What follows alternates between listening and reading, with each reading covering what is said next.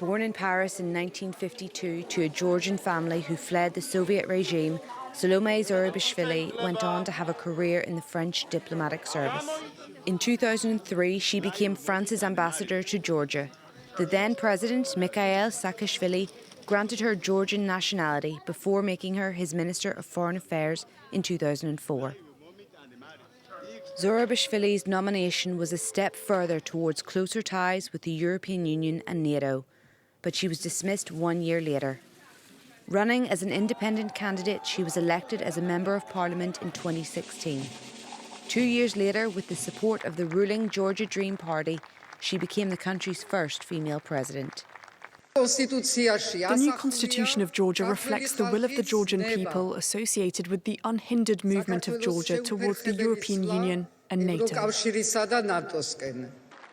Despite these promises for further European integration, the ruling party became increasingly pro-Russian and authoritarian.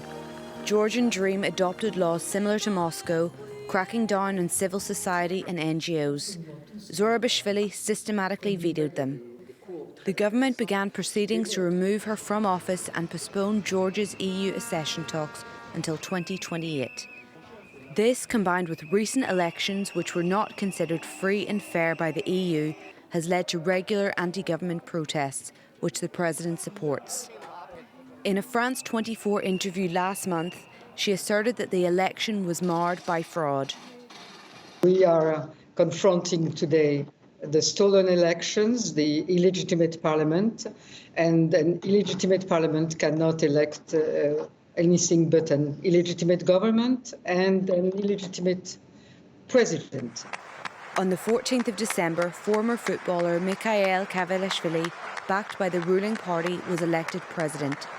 His win was a result of a change in the constitution in which presidents are no longer directly elected by the people, but by a restricted electoral college currently controlled by Georgian Dream. Salome Zourabichvili does not recognise her successor and intends to remain in power. Alongside the opposition, she is calling for new elections.